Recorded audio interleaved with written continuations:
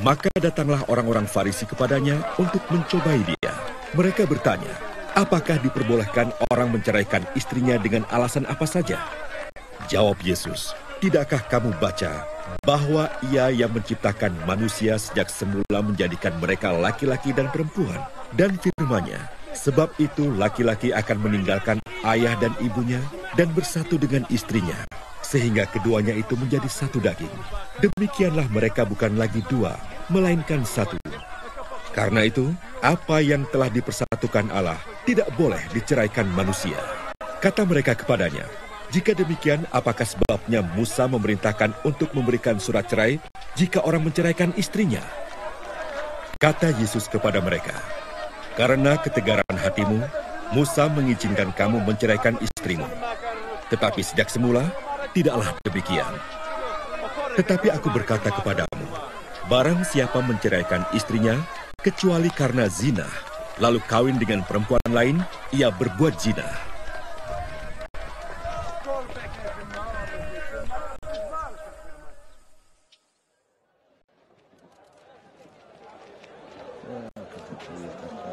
Murid-murid itu berkata kepadanya, jika demikian halnya, hubungan antara suami dan istri, lebih baik jangan kawin.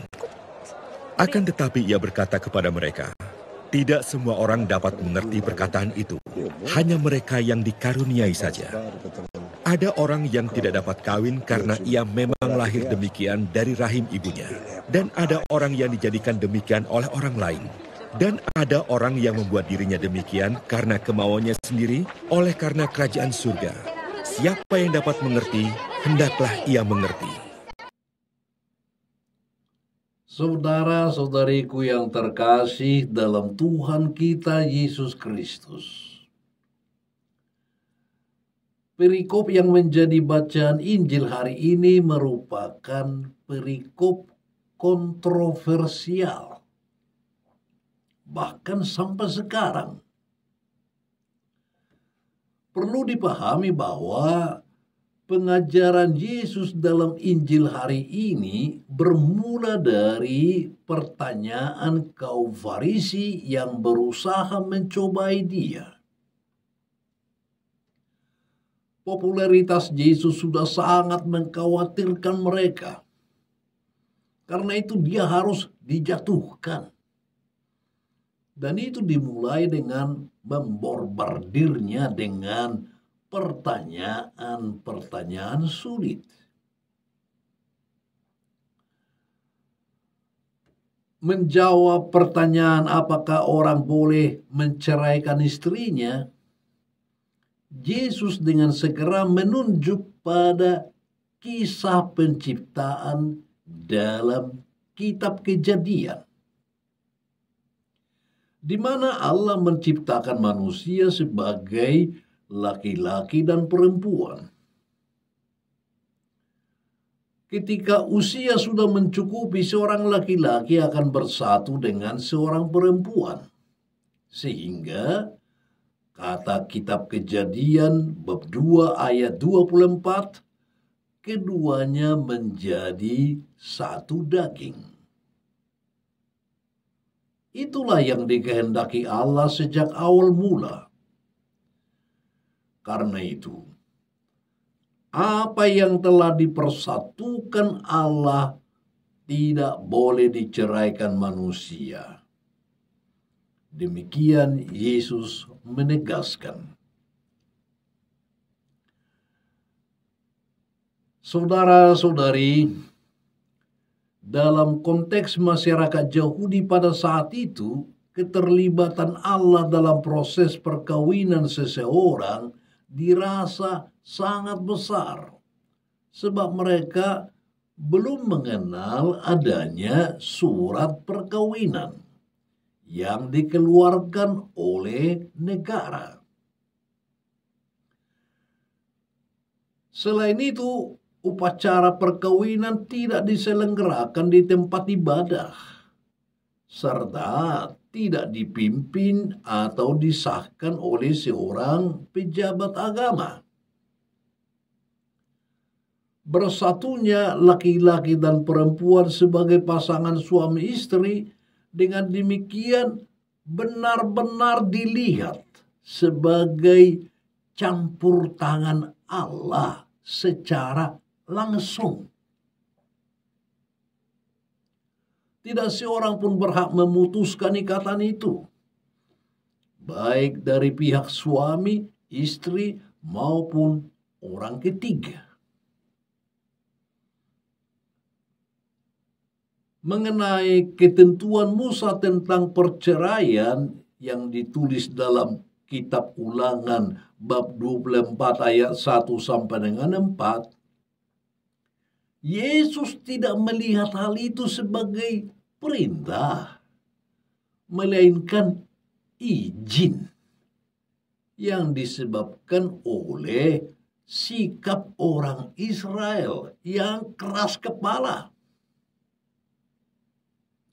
Surat cerai tidak berarti keleluasaan bagi seorang suami untuk menceraikan istrinya, melainkan justru dimaksudkan untuk membatasi terjadinya perceraian, sekaligus menjamin hak dan masa depan istri yang diceraikan.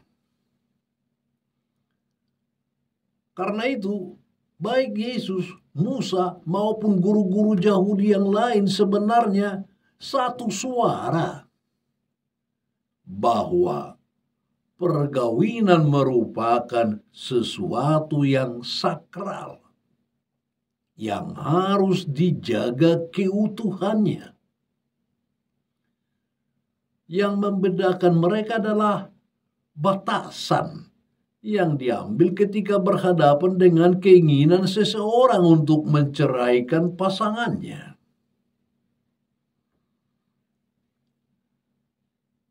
Saudara-saudariku, batasan yang ditetapkan Yesus sangat ketat. Perceraian baru dibolehkan karena alasan zina.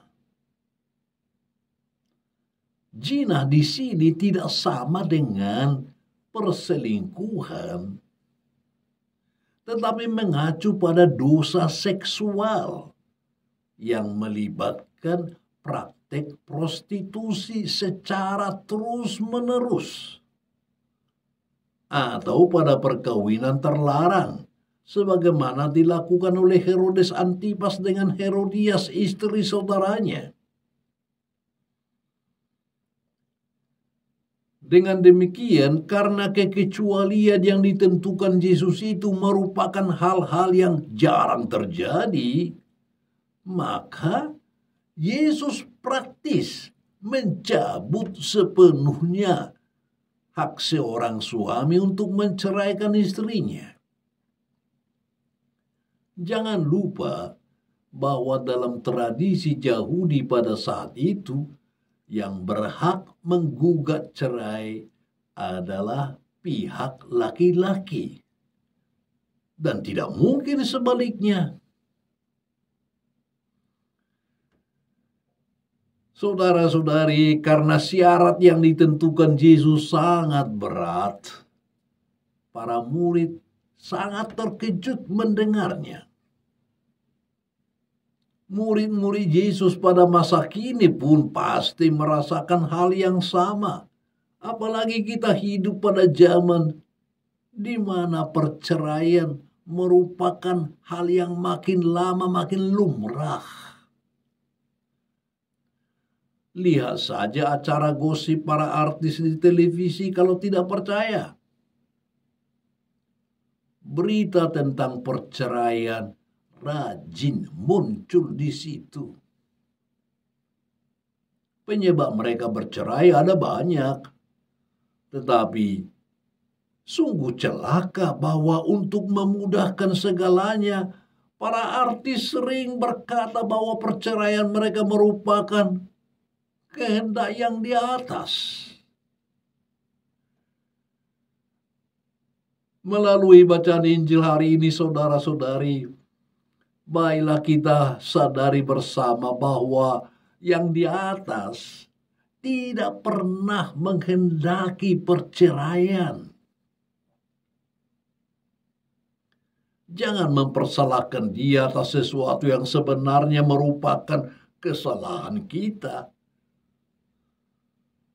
Baiklah, peringatan keras Yesus hari ini menjadi pegangan bagi kita bahwa perkawinan merupakan hal yang serius karena menuntut komitmen dan kesetiaan dari kedua belah pihak.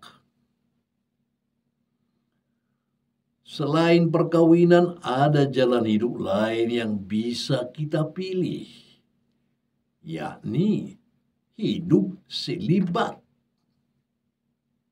Namun sama saja, jalan hidup ini pun mensyaratkan komitmen dan kesetiaan. Memang bagi Yesus pada prinsipnya segenap hidup manusia harus dipersembahkan sepenuhnya bagi Allah.